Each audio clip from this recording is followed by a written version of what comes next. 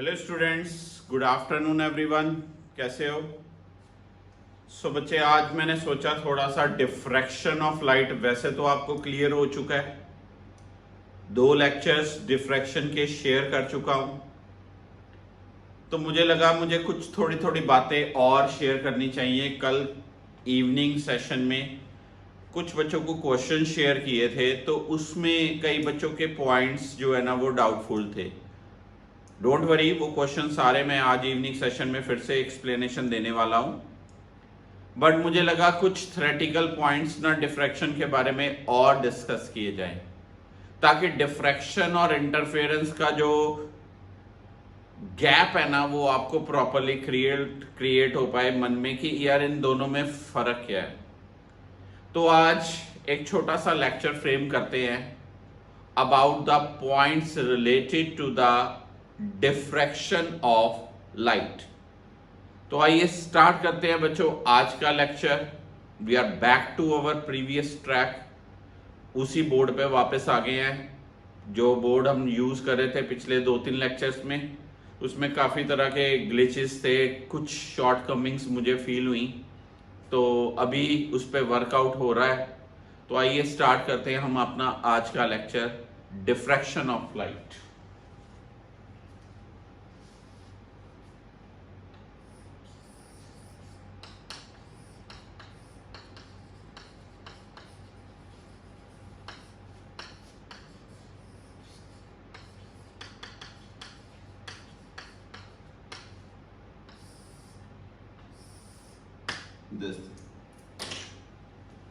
क्या फिनोमिना है ये? लाइट आ रही है,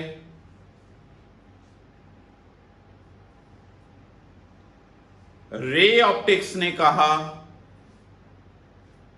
लाइट सीधे चले जानी चाहिए,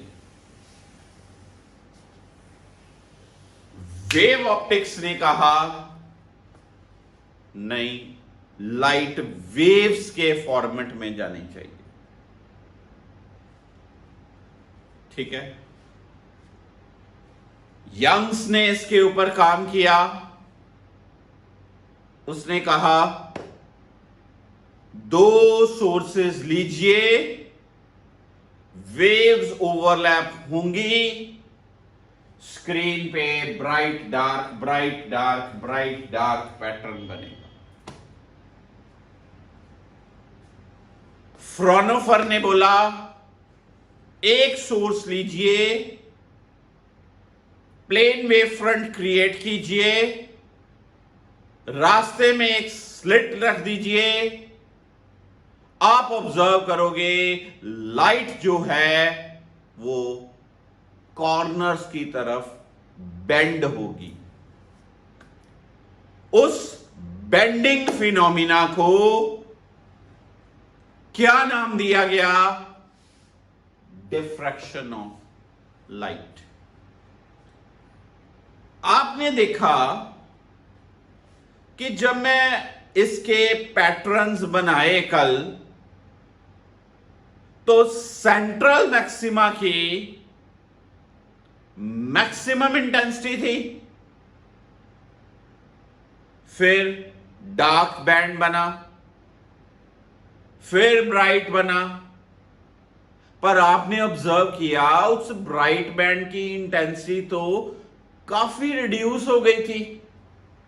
रीजन जज किया था आपने, क्यों जी रक्षित? हाँ जी प्रणव, सना, रीजन क्लियर हुआ था? क्योंकि वहां पर सर आपने बताया कि वहां पर 1/3 ऑफ द एम्पलीट्यूड लाइट पहुंचती है, तो इंटेंसिटी 1/9 हो जाती है, फिर 1/5 ऑफ इंटेंसिटी पहुंचती है, एम्पलीट्यूड पहुंचती है 1/25 हो जाती है, एंड सो ऑन, कम कम कम कम कम। तो आइए कुछ एक आधा रिलेशन क्रिएट करते हैं बच्चों इसी टॉपिक पे, इंटेंसिटी के बारे में।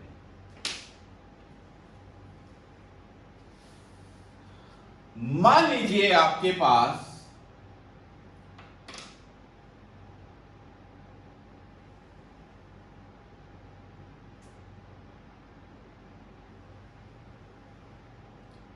ये एक स्लिट है,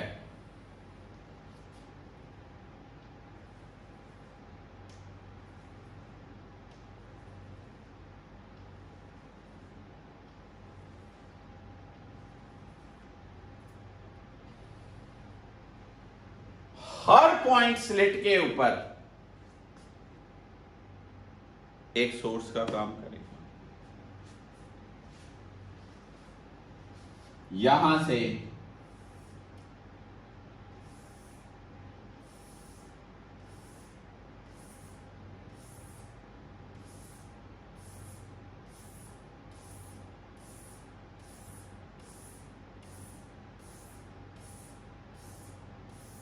ऐसे वेव चलनी। मान लीजिए ये जो पहला पॉइंट है यहां पर फेज है 0 और यहां पर जो पॉइंट है उस P पॉइंट तक पहुंचते पहुंचते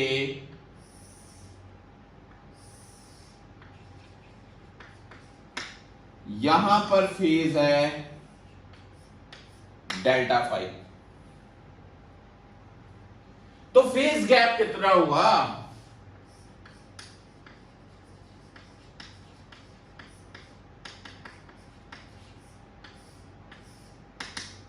ये हुआ फेज गैप कितना आया? डेल्टा फाइव फेज गैप आया। ठीक है। अब अगर आपने ऑब्जर्व किया, फील लिया है,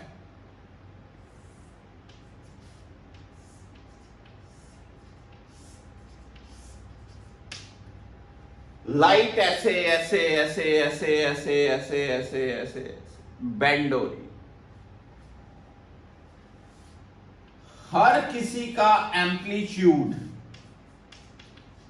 ई naught E naught E naught E naught E not. ठीक है जी। हर सोर्स से जो वेव निकलेगी सबका एम्पलीट्यूड क्या होगा?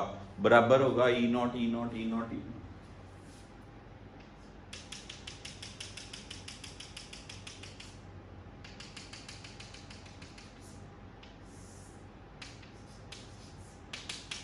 इनमें मैं मानता हूं फेज गैप, मान लीजिए डेल्टा फाइव। ये वेक्टर इधर प्रोसीड कर रहा था,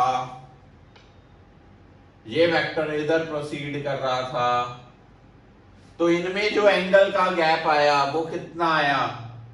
डेल्टा फाइव। क्योंकि इन्होंने ऐसे ऐसे ऐसे ऐसे ऐसे ऐसे ऐसे ऐसे ऐसे bend on in the form of, ये देखो, सर्कुलर वेव्स। फील लिया आपने? पक्का। एम्पलीट्यूड क्या ले रहा हूं मैं? सबका सेम, क्योंकि एक पॉइंट से जो वेव्स क्रिएट होनी है ये वाले सारे पॉइंट से सबका एम्पलीट्यूड क्या रहना है? सेम। इट मींस मैं अगर इसको as a part of circle लूं, ये इसका एक्चुअल लाइन ऑफ एक्शन है, ये ऐसे हो गया।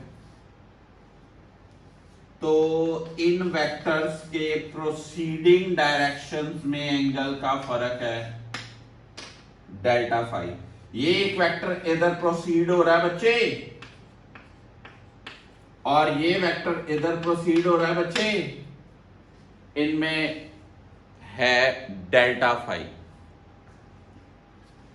ठीक है, पक्की बात।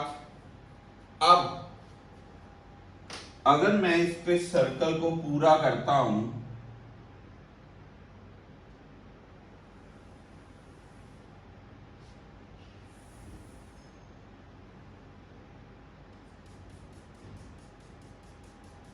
ये ऐसे,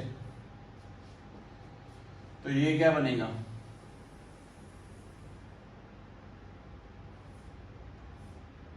रिजल्टेंट एम्पलीट्यूड, दोनों में phase gap, total angle delta five, तो आधा एंगल कितना होगा, अगला आधा कितना होगा, ये मान लीजिए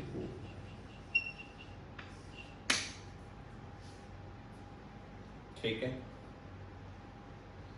ये हो गया radius of the circular arc, radius ये मैं सेंटर पे ड्रा करूं, सेंटर में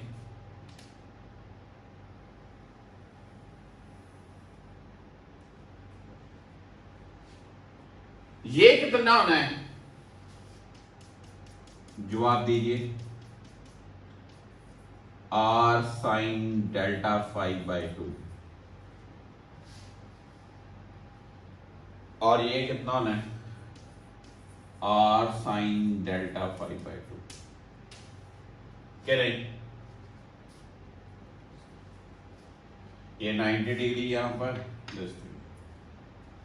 क्लियर हुआ, पक्का। अब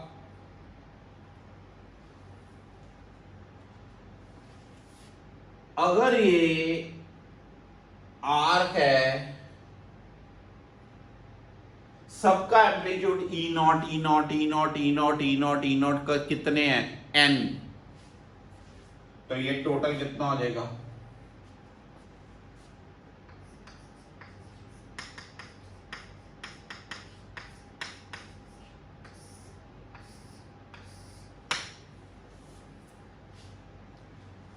theta equal to L by R की प्रॉपर्टी लगाई मैंने, length of the arc E naught E naught E naught E naught E naught E naught up to N terms, कितनी, एन ई नॉट, और इस point of view से resultant क्या ले रहा हूं मैं,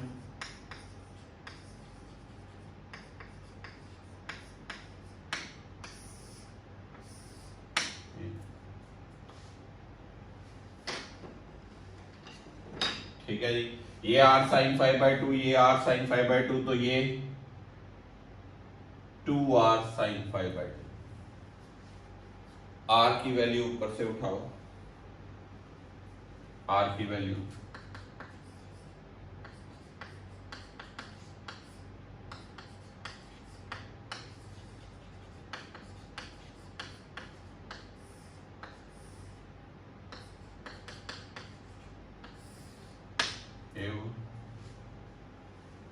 ठीक है बच्चों।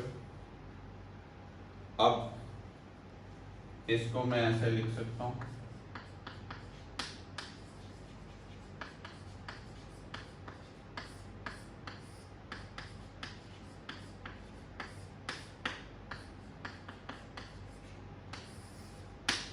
लिख सकता हूं, what is E R, it is resultant amplitude, what is n e naught, net amplitude of n waves, this thing। अगर मैं बच्चों इसका स्केयर करूं,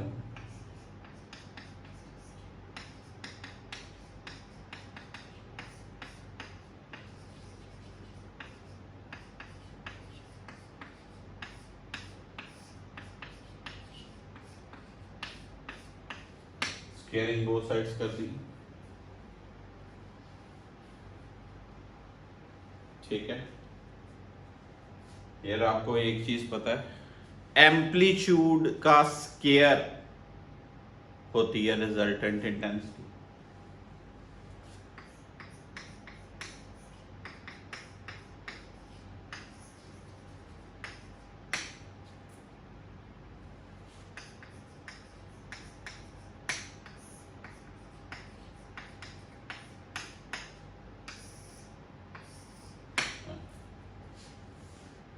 मान लू मैं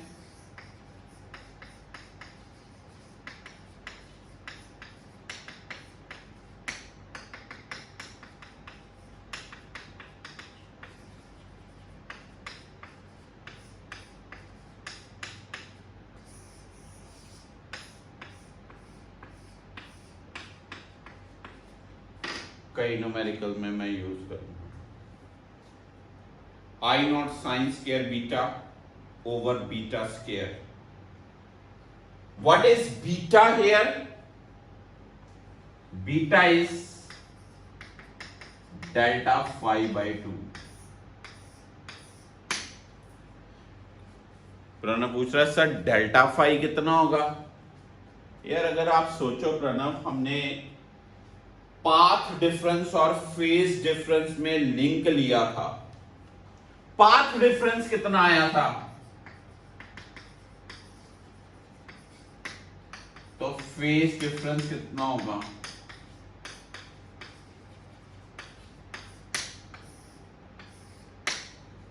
फेज डिफरेंस बाय 2 कितना होगा?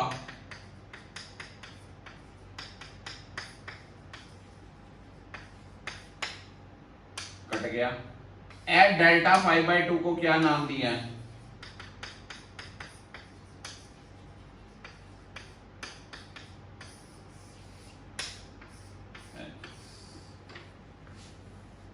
Pi by lambda A sine theta. Theta क्या है? जिस एंगल से वो डिफ्रैक्ट हुआ। सी लीजिए पहले फिर से। हर पॉइंट से वेव्स निकली। Amplitude E naught E naught E naught E naught E naught E naught E naught E naught E naught E naught ऐसे बैठ गई। Total N E naught by R. Theta equal to arc length ले ली E naught E naught E naught E naught E naught E naught. ये arc length पूरी आ गई N E naught by R कर दोगे तो थीटा। पर इस डायग्रामेटिकल स्ट्रक्चर से आपको ये मिलती। अब अगर मैं आपको कुछ पॉइंट बताऊं मैथमेटिकल व्यू से चलें। फॉर फर्स्ट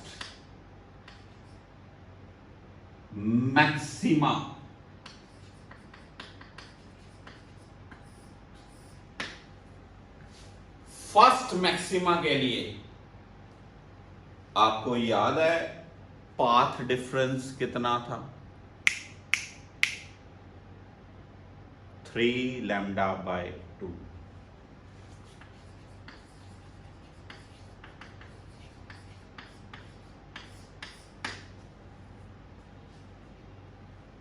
ठीक है।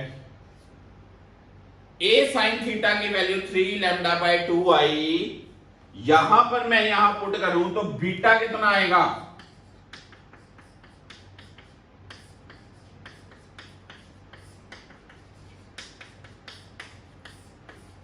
थ्री पाई बाय 2 होगा। पक्का पक्का। अगर बीटा 3 पाई बाय 2 है तो देखिए रिजल्टेंट इंटेंसिटी क्या होगी?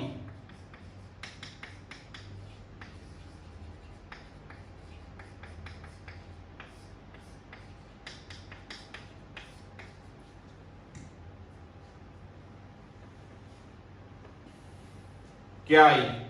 साइन पाई बाय 2 होता है 1, साइन 3 पाई बाय 2 होता है -1। -1 का स्क्वायर भी क्या बना? 1। नीचे बना 9 पाई स्क्वायर बाय 4। 4 ऊपर चले जाएगा, ये क्या बनेगा?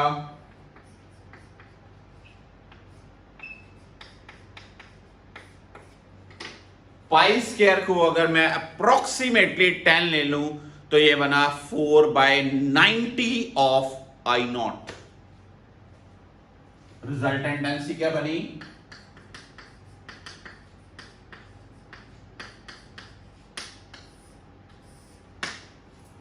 4/90 ऑफ आई नॉट, यानी कि लगभग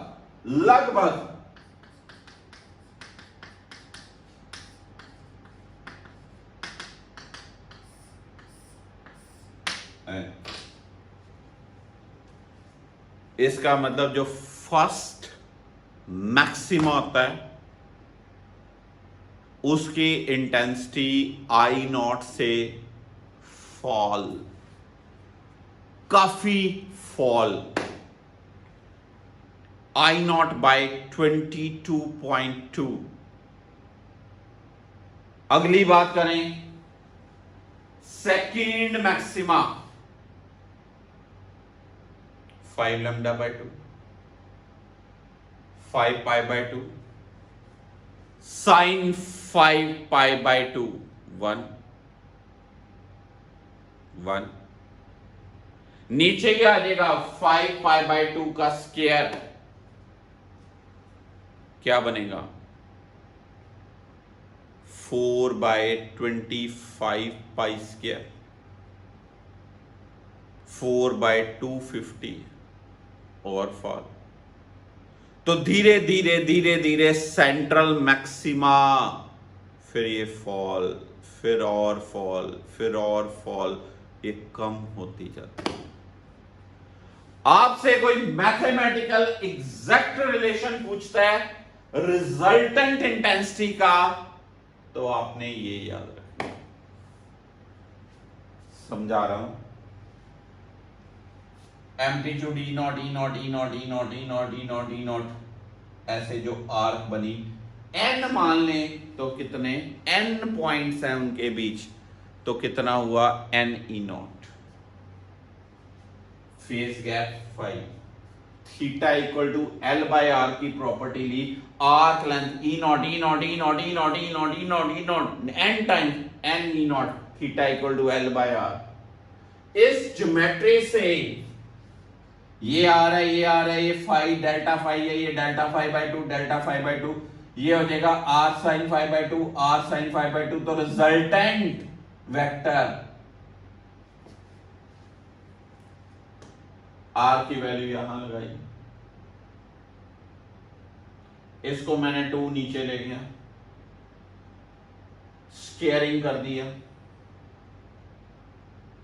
ई नॉट स्केयर पहले का इंटेंसिटी, ई नॉट स्केयर दूसरे की इंटेंसिटी, तीसरे की ई नॉट स्केयर, चौथे की ई नॉट स्केयर, सारे सारे सारे सारे सारे सारे ऐड होते जाएंगे, तो क्या बनेगा resultant mean actual intensity I not.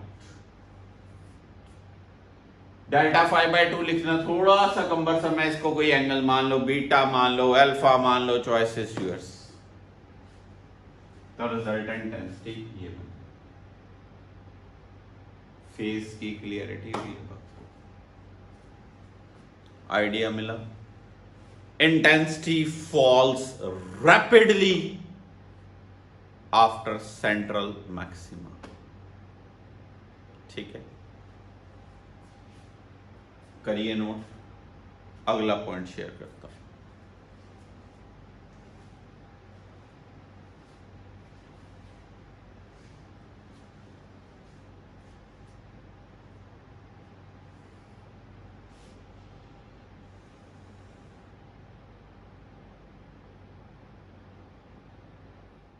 हाँ जी बच्चों, क्लियर हो गया अब आपको?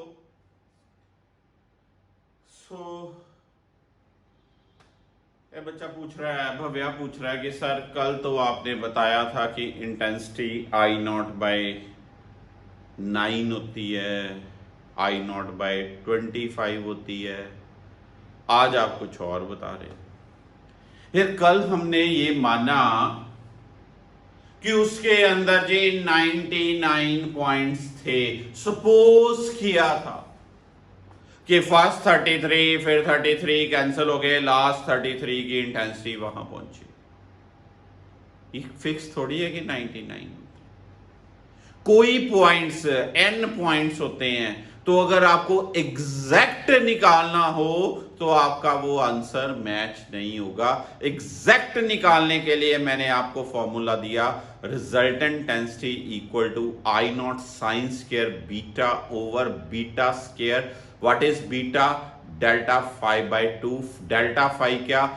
फेज गैप, पाथ गैप दिया हो तो फेज गैप, ठीक है। अब जिन बच्चों ने न्यूमेरिकल्स किए थे टेक्स्ट बुक के, उन्होंने मेरे से एक पॉइंट और पूछा कि सर एक ये चीज़ आ रही है, ये चीज़ आपने अभी तक नहीं बताई। तो कोई बात नहीं, वो भी बात आने लगा हूँ। उस चीज़ का नाम है, जिन्होंने न्यूमेरिकल किए हैं उनको समय लगेगा, सुनते ही पता चलेगा कि सर हाँ जी न्यूमेरिकल थे, हमने सॉल्व किए पर आया नहीं हमारा आंसर, हमने नकल मार के पीछे से सॉल्यूशन देख के कर लिया, आपको इम्प्रेस करने के लिए, नोट्स बनाने के लिए आपको सजा के नोट्स दे दिए, इसीलिए हमारे टेस्ट में नंबर नहीं आते। फिर हम अपने घर वालों के फ़ोन करवाते, हमें भी इवनिंग ग्रुप में रख लो। यो जी समय लगी बात किनको बोल रहा हूं मैं। टेस्ट में नंबर लो तो सारी चीजें करो, समझ गए। ये फजूल बातों की तरफ ध्यान छोड़ो कि सर ने मुझे बाहर क्यों निकाला, इसको क्यों करा रहे, मुझे क्यों नहीं करा रहे, इस चीज को छोड़ो। जो काम करे वो आगे बढ़े। This is the fact. This topic is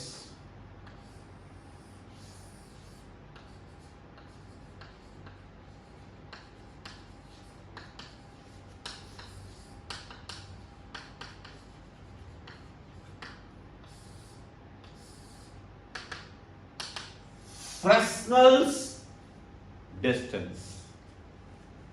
अच्छा टॉपिक है, छोटी सी बात है, इसको कई बार ये भी लिखा जाता है ब्रैकेट में, वैलिडिटी ऑफ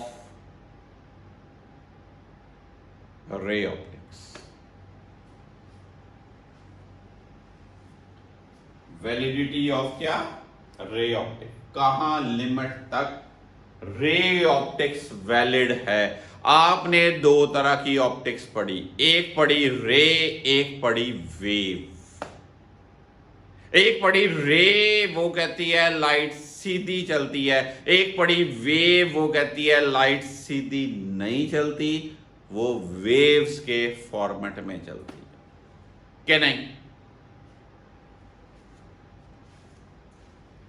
कुछ फील दिलाता हूं, चलो फील।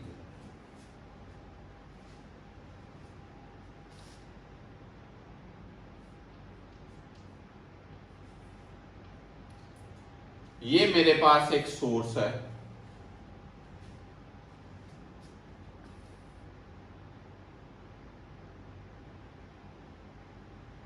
और ये मेरे पास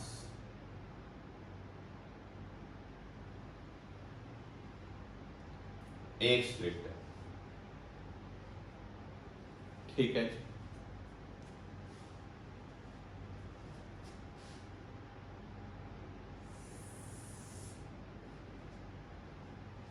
रे ऑप्टिक्स कह रही थी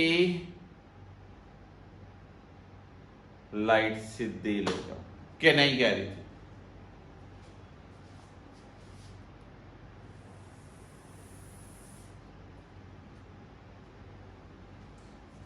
मान लीजिए ये स्क्रीन है,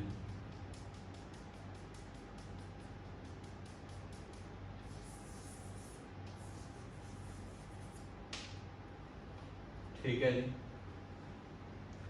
पक्का लाइट सीधी गई। वेव ऑप्टिक्स क्या कह रही है कि यार जब रास्ते में स्लिट आती है तो लाइट ऐसे नहीं, ऐसे। देखा ना आपने सेंट्रल मैक्सिमा कैसे बना था, ये रास्ते में स्लिट आई तो लाइट ऐसे आया सेंट्रल मैक्सिमा।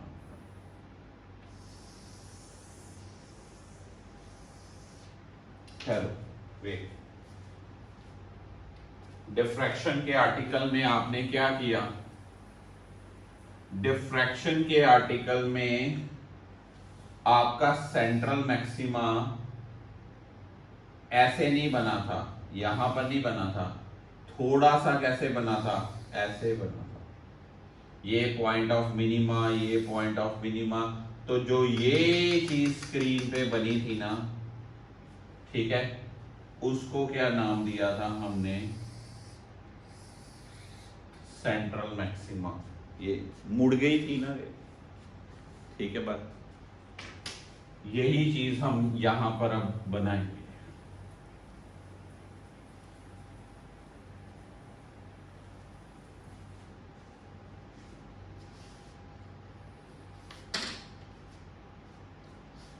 वेव ऑप्टिक्स कहती है कि लाइट ऐसे वेव्स के फॉर्मेट में आए और यहां से लाइट बेंड होती हुई ऐसे, एक ये ऊपर की तरफ बेंड हुई, लाइट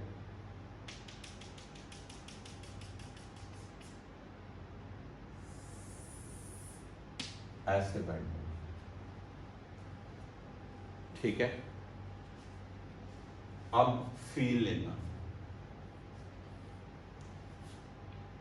ये आपकी है जी स्क्रीन।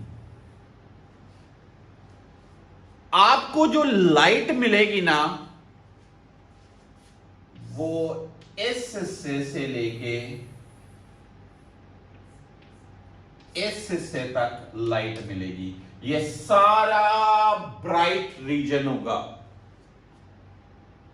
पर ये किस, इस एंड पे लाइट जो आई वो किस कंसेप्ट के कारण आई? वेव के रे सना, वेव के रे, ये वेव के कारण आई, क्योंकि ये बेंड हो रही हुई वेव है, ये वेव के कारण, ये बेंड हो रही हुई वेव है, ये वेव के कारण, यानी कि वेव ऑप्टिक्स डोमिनेंट है।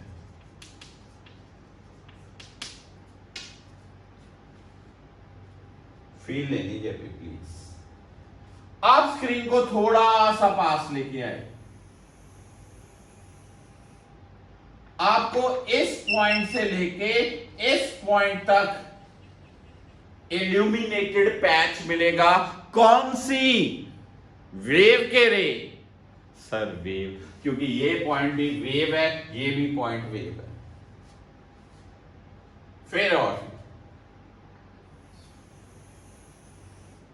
अब वेव के रे सर, अभी तक वेव, अब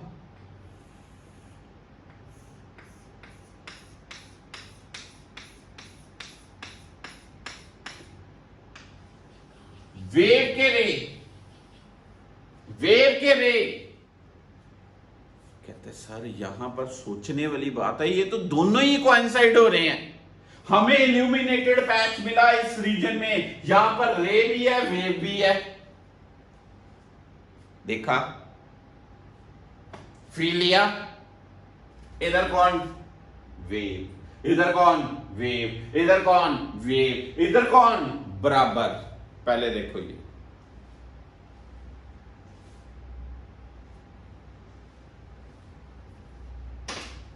अब मैं मानू ये वाला पॉइंट,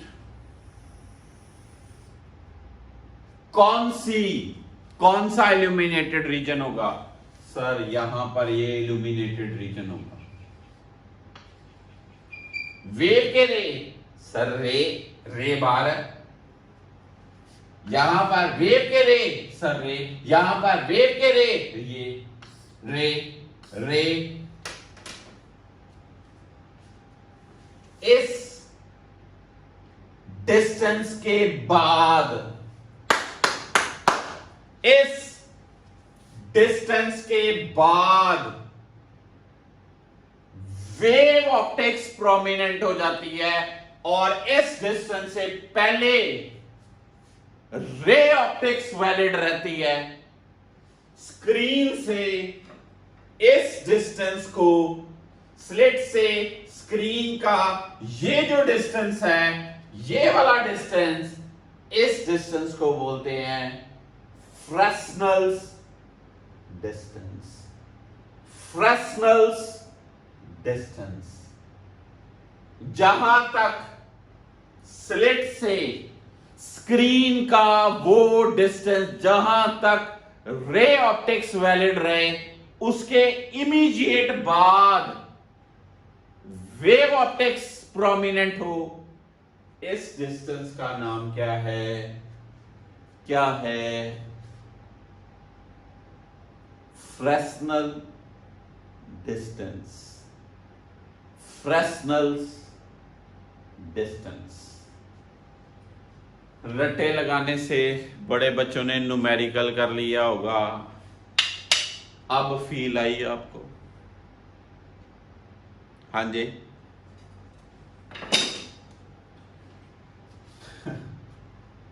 बड़ा ही अच्छा पॉइंट होता है, और कई बच्चे क्रैमिंग कर लेते हैं।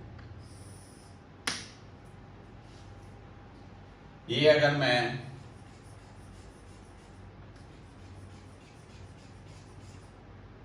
गैप नो स्लिट का ए, ठीक है, कितना ए, ये डिस्टेंस मैं लूं z, ठीक जी, ए गैप, ये डिस्टेंस z। रे ऑप्टिक्स कहती है, रे ऑप्टिक्स कहती है थीटा जो होगा स्ट्रेट जाना है, आपने ये ए है, ये ऐसे मान लीजिए, ठीक, ये वाली भी चीज z है, तो ये ए, ये theta, according to ray optics delta theta is a by z। According to wave optics,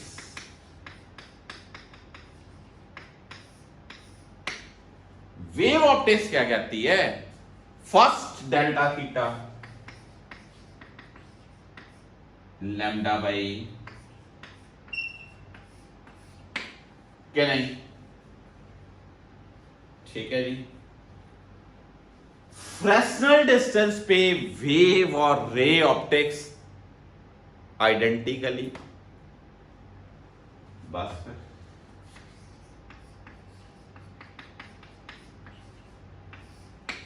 तो z क्या आया? A square by lambda, A square by lambda.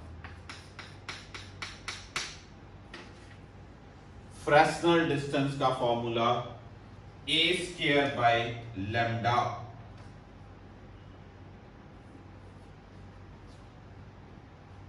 ठीक है। एक बड़ा अच्छा प्रीवियस बोर्ड के पेपर में क्वेश्चन आया था कि ह्यूमन आई की प्यूपिल 1 मिलीमीटर डायमीटर की, कितनी?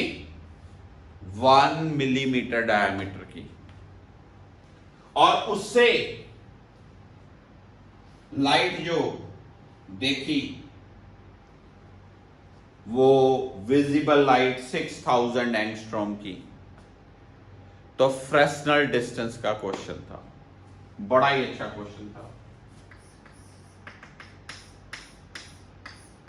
Find Fresnel's distance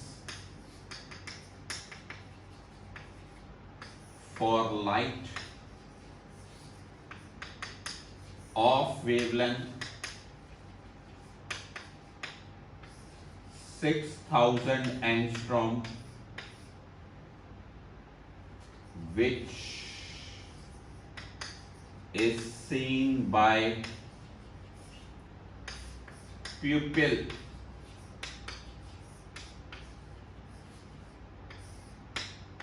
having diameter 1 millimeter। निकालिए, निकालिए।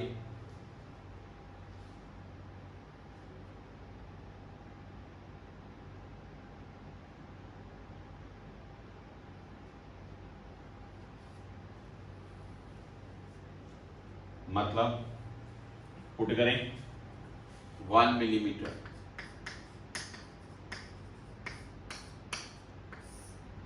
6000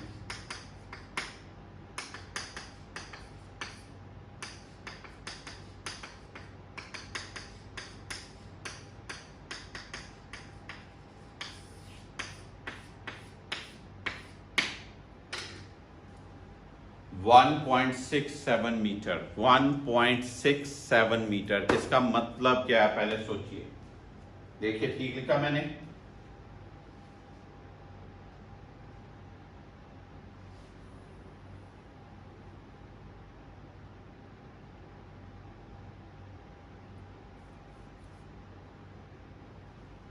ठीक लिखा है बच्चों। इसका मतलब 1.67 मीटर तक हमें फील होगा कि लाइट सीधी चल रही, उसके बाद ब्रॉडनिंग।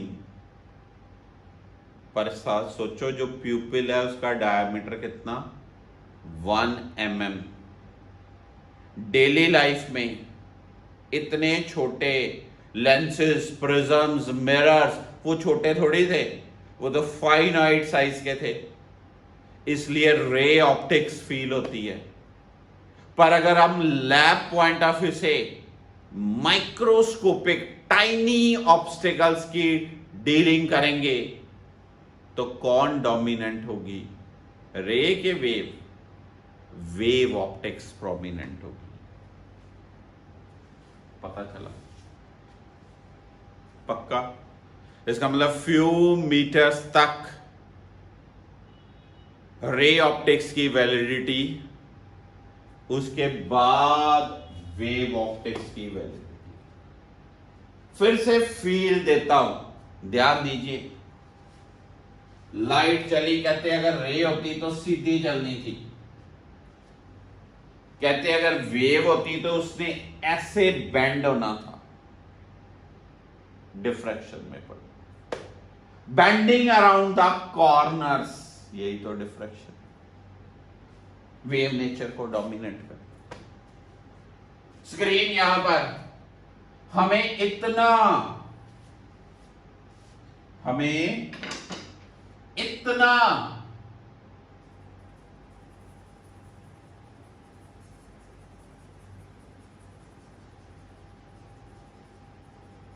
इल्यूमिनेटेड पैच मिला, पर ये एंड पॉइंट्स, जब हमने लाइट को वेव लिया तो मिले ना, इसका मतलब वेव प्रोमिनेंट है ना। फिर स्क्रीन को आप यहां लेके आए, फिर वही बात, यहां पर दोनों कोइंसाइड हो रहे हैं। उसके बाद, उसके पहले समझ लो, पहले क्या है, स्ट्रेट लाइन वाली बाहर है, स्ट्रेट लाइन वाली बाहर है, स्ट्रेट लाइन वाली बाहर है। इसका मतलब जो इल्यूमिनेटेड पैच मिल रहा है वो स्ट्रेट लाइन के कारण मिल रहा है। तो कौन सी नेचर प्रोमिनेंट हुई, रे के वेव, रे वाले के कारण हमें ब्राइट पोर्शन ज्यादा मिल रहा है, तो रे प्रोमिनेंट। बस यही फील लेनी है। अब फ्रेस्नेल डिस्टेंस, रे ऑप्टिक्स कहती है कि अगर ये z है डिस्टेंस, कई बार z से डिनोट करते हैं, समटाइम्स f से डिनोट करते हैं, समटाइम्स x से डिनोट करते हैं, कोई रिजिडनेस नहीं है। ये अगर ये है स्लिट विड्थ, सीधी चलेगी तो a/z थीटा की वैल्यू। वेव कहती है कि फर्स्ट मिनिमा डेल्टा बाई, क्या नहीं? पक्का? दोनों को इक्वेट करते।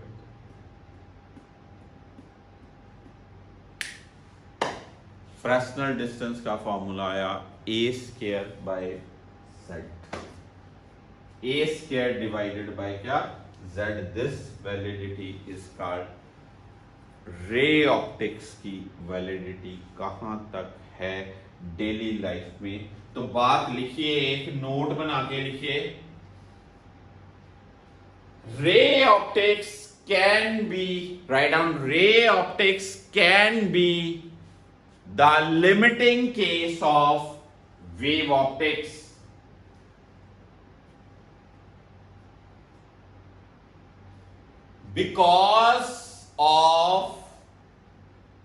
because of smaller wavelength of light used, because of smaller wavelength of light used.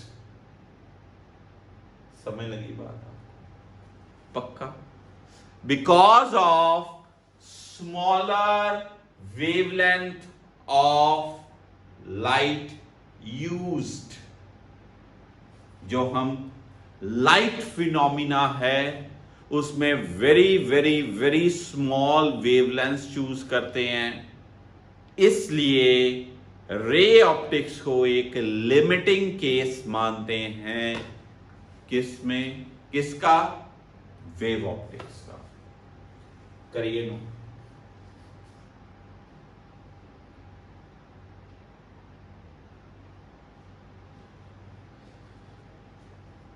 अगर लैम्डा 0 हो जाए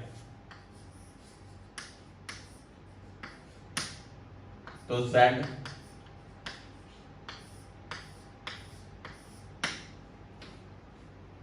क्या मतलब? जितनी वेवलेंथ कम कम कम कम कम, जीरो पे, जीरो नहीं पॉसिबल वैसे, तो क्या लिखेंगे?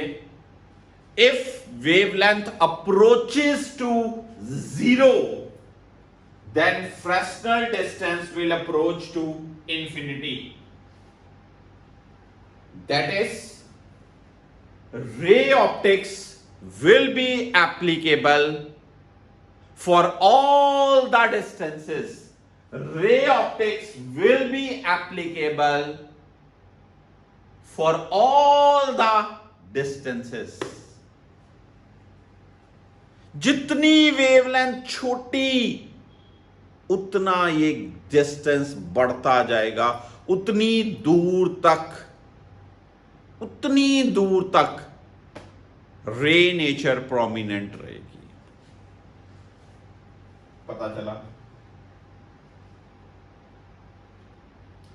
ठीक है, फ्रेस्नल डिस्टेंस क्लियरिटी हुई। इसके बाद मुझे कुछ बच्चे पूछ रहे, सर एक और पॉइंट बताया जाए, हमें क्वेश्चंस मिले रिजॉल्विंग पावर के ऊपर, माइक्रोस्कोप और टेलीस्कोप की रिजॉल्विंग पावर का मतलब। ठीक है, तो रिजॉल्विंग पावर के ऊपर बच्चे एक तो मैंने फॉर्मूले रे ऑप्टिक्स में भी दिए थे। अब रिजॉल्व करना, सेपरेट करना दो चीजों को, दो क्लोजली स्पेस्ड ऑब्जेक्ट्स। मान लीजिए आपके पास ये दो क्लोजली स्पेस्ड चीजें हैं, आप यहां से देख रहे हो, आपको दो पेन नजर आ रहे हैं, आप दूर चले जाओ, आपको हो सकता है ये दो पेन नजर ना आए, आपको ब्लरिंग होनी शुरू हो जाए, आपको एक ही पेन नजर आए, तो उस कंसेप्ट को बोलते हैं रिजॉल्विंग। रिजॉल्व करना, अलग अलग ऑब्जर्व करना। ठीक है, छोटी सी एक ये बात है, आई विल शेयर, आराम से शेयर कर दूंगा कल लेक्चर में। आज थोड़ा सा छोटा ही लेक्चर रखना चाहता हूं। दो बातें आराम से मैंने फील दी हैं, फ्रेस्नल डिस्टेंस क्या है और क्या समझाया आपको इंटेंसिटी के बारे में। ठीक, इंटरफेरेंस और डिफ्रैक्शन का डिफरेंस अब पता चल गया आपको, श्योर है बच्चों? तो एक छोटा सा लेक्चर कल मैं और आपके लिए बनाऊंगा, resolving power of microscope and telescope. उसका मतलब क्या है? एक्चुअली तो वो मैथमेटिकली फॉर्मूलाज अप्लाई करने हैं, फिर भी उसकी भी फील देंगे हम कि वो क्या एक्चुअल में क्या होता है, कैसे बनाना है, वेव ऑप्टिक्स लेनी है कि रे ऑप्टिक्स लेनी है, वो चीज के अकॉर्डिंगली मैं समझाऊंगा। So thank you so much for today's lecture. Hopefully lecture is clear to all of you. पढ़ते रहिए, आगे बढ़ते रहिए। God bless you all.